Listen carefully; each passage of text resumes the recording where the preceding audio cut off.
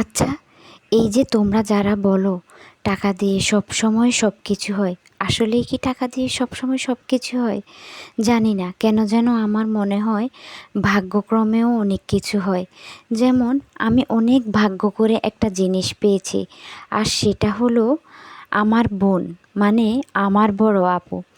আলহামদুলিল্লাহ, আল্লাহর কাছে আমি লাখো লাখো কোটি শুকরিয়া আদায় করি যে আমি এমন একটা আপু পেয়েছি।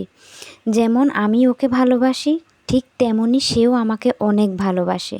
আমার সকল প্রয়োজনে এবং দুঃসময় অসুবিধায় আমি তাকে পাশে পাই।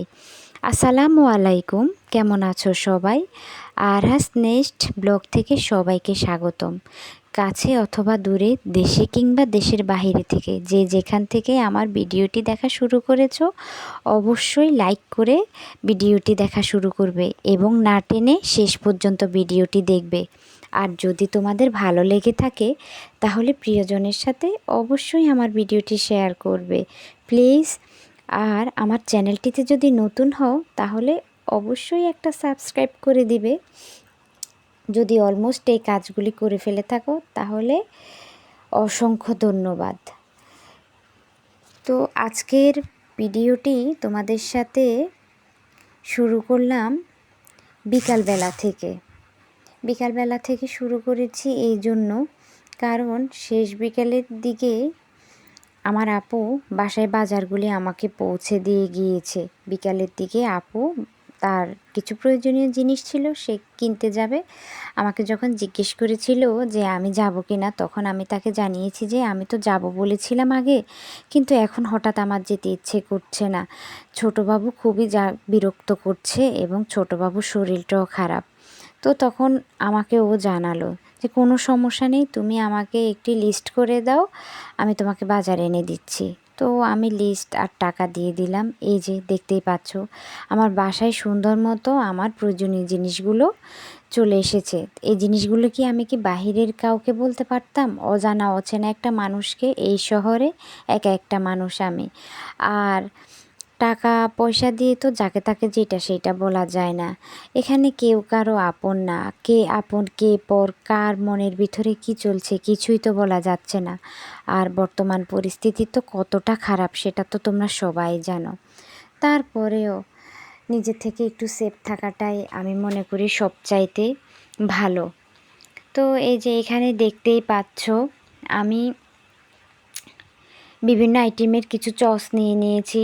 আমি বিভিন্ন খাবারের সস ব্যবহার করি, বিশেষ করে যেগুলি এই যে চিকেনের আইটেম থাকে কিংবা ফ্রাইড রাইস, বিভিন্ন রান্নাতে নুডলস থেকে শুরু করে সব কিছুতেই লাগে, সেটা তো তোমরা সবাই জানো। আর নিয়ে নিয়েছি কিছু রাঁধুনির জিনিস, বিভিন্ন জিনিসই নিয়েছি। কিছু বলতে এই যে আমি হালিম মিক্স নিয়ে নিয়েছি, জর্দা মিক্স নিয়ে নিয়েছি রাঁধুনির, সেই সাথে নিয়ে নিয়েছি তান্দুরি মশলা, রাঁধুনি জিরার গুঁড়া নিয়ে নিয়েছি এবং নিয়ে নিয়েছি কি যেন এটা ফালুদা মিক্স, এবং আমি বিরিয়ানির মশলাও নিয়ে নিয়েছি, সাথে রাঁধুনির রোস্ট মশলাও নিয়ে নিয়েছি।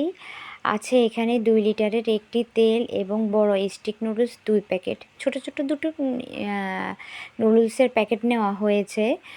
তো এই যে দেখতে পাচ্ছ সাথে আছে লবণ এবং এলাচ, 2টা লাল সেমাই। লাল সেমাইটা আমার কাছে ভালোই লাগে, লাচ্ছা সেমাইটা আমার বাচ্চারা একটু বেশি পছন্দ করে। আর এই যে নিয়ে নিয়েছি কিছু পেঁয়াজ রসুন, সাথে জর্দা মিক্স আছে একটা, আর একটা ছোট্ট ঘি আছে। আর আছে ডানো গুঁড়া দুধ একটা ডেলি পুষ্টির, ওটা দিয়ে দেখি কিছু রসমালাই বানাবো। তো আমি যখন সেই রেসিপিগুলি করব তোমাদের সাথে শেয়ার করব। আর এই তো এখানে নিয়ে নিয়েছি 5 কেজির মতো চিনি। তোমরা আবার কেউ ভেবো না এটা আমি 1 মাসেই খাবো। এই চিনিটা আমার বেশ কিছুদিন যাবে, 2 মাসও যেতে পারে, 2 মাসেরও বেশি হয়তো যেত। তো একটু বাচ্চারা পিঠা পছন্দ করে, তো পিঠাটা দিয়ে আর কি ওদেরকে বানাই যখন দেবো তখন একটু বেশ পরিমাণে যাবে। তো এতক্ষণ পর্যন্ত আমার পাশে থেকে তোমরা ভিডিওটি দেখার জন্য প্রথম থেকে শেষ পর্যন্ত অসংখ্য ধন্যবাদ তোমাদেরকে। আর ভালো থাকবে, সুস্থ থাকবে। আল্লাহ হাফেজ।